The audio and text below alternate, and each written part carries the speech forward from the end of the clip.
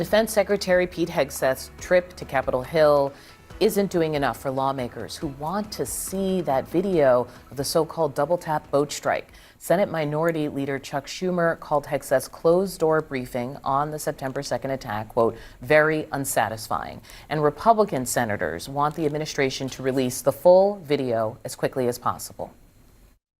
Do you think it would make sense for the administration to release this video? I'm okay with it being released, and I'm okay with what happened. You're okay with the second strike that occurred? Yeah, I mean, I trust Tom Cotton's judgment. We got to get the Epstein files released. We got to get any videos that do not in any way compromise mission integrity down there. Just get the stuff out there. If there's a way to release the video, which I have not seen, but if there's a way to release that does not compromise our intelligence gathering, I would urge him to do it. Joining the group chat, Republican Congressman Ryan Zinke. Welcome to the chat. Great to be with you. Okay, I'm not just here to vibe with you because you're a congressman. It's also because, of course, you were a Navy SEAL commander. You actually were at the training school. If there's someone who knows what it's like to make a call, you know what that's like. Stipulate. Is that correct? That is correct. Should we see this video? I have no problem with the video being seen. If there's a why does the administration have a problem with it being seen? Well, I'm not really sure, but let's be clear in the context of what's going on. All right, these are narco drug terrorists, which we don't know because no evidence has been released. All right, you look at the boats. All right, they're not fishing. And you look at the I love that there's evidence, but why not show it? If it's that simple, they're not fishing, why not just show it? Well, up to now, the videos on the boats have been very, very clear what they're doing. I don't think they're in dispute they're out there running drugs. I don't think that's in dispute.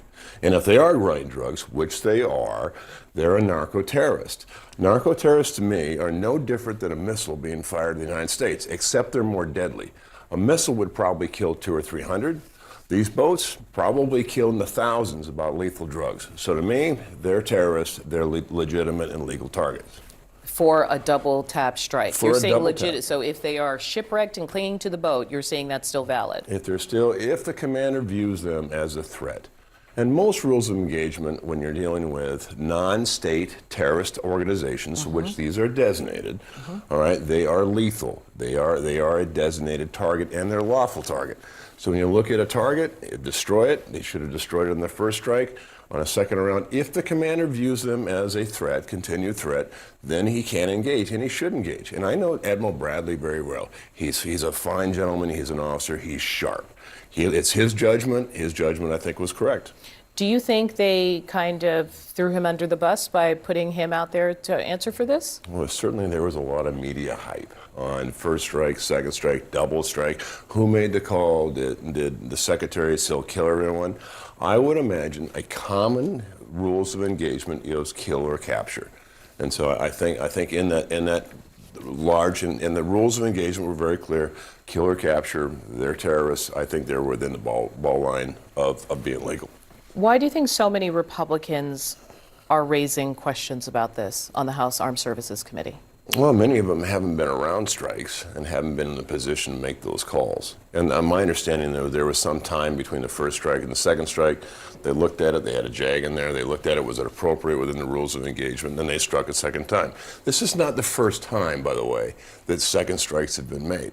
If you look at the Obama administration, over 3,000 strikes were made. In what context? In the context of going after non-state lethal organizations. In the Middle East, in the so terrorists? To include U.S. citizens. Okay. To include U.S. citizens. Yes, and that was very controversial at the time. But you didn't see a lot of hype on it. I didn't hear Congress, lash out. Now I see members lash out. A lot of it is where we sit in the media. I mean, we're trying to make hay out of everything. Everything this president does is become controversial, whether it's not or whether it is. It's just, the media hype, I think, on these, and the strike was different because we can now see strikes a lot of times. The commanders have more visibility on the battlefield than ever before. Okay, I want to talk about this conversation that has been had about following unlawful or lawful orders.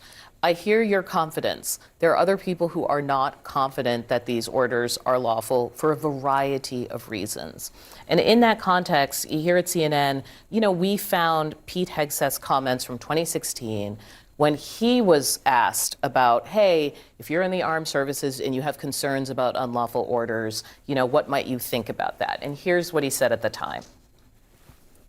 I got some response from vets on that saying you're not just going to follow that order if it's unlawful. The military's not even going to follow his orders. The military's not going to follow illegal orders. And so the Trump campaign was forced to change their position and say, we're going to try to change the law so that the military can operate within the law. That's a tall order also. What is your stance on this idea? If you are in the armed services and an unlawful order comes your way, what is the conversation? UCMJ is that you're never obligated to follow an unlawful order. But this is what's happening. You've heard it every day, over 3,000 times.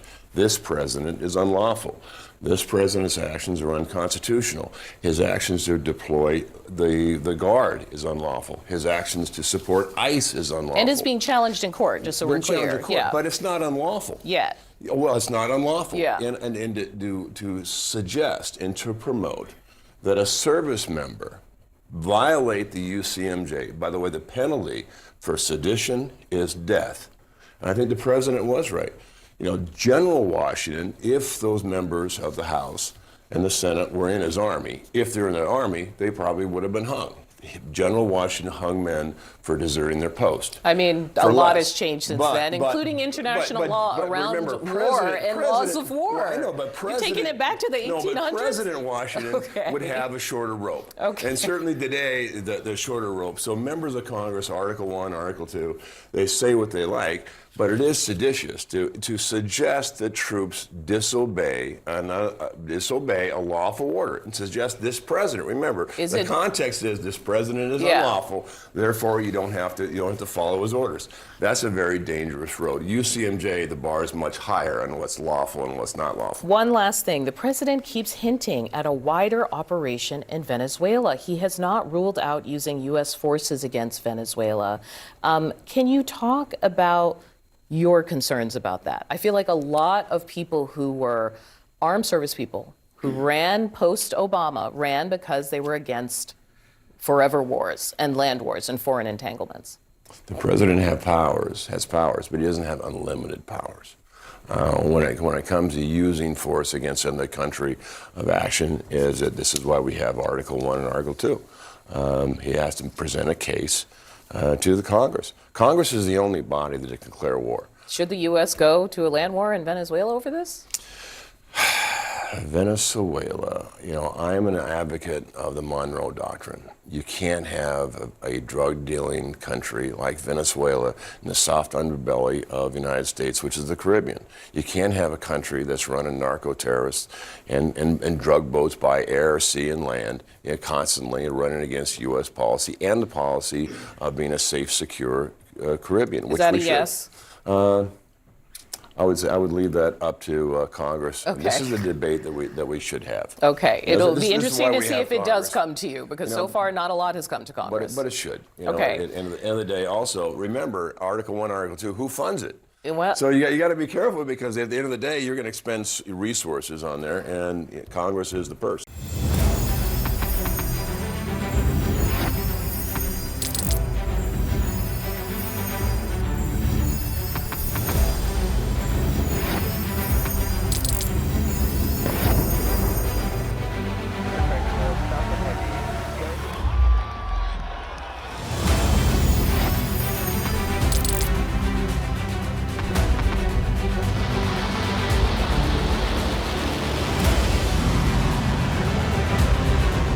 Been fighting so long and so hard that they don't know what the they're doing.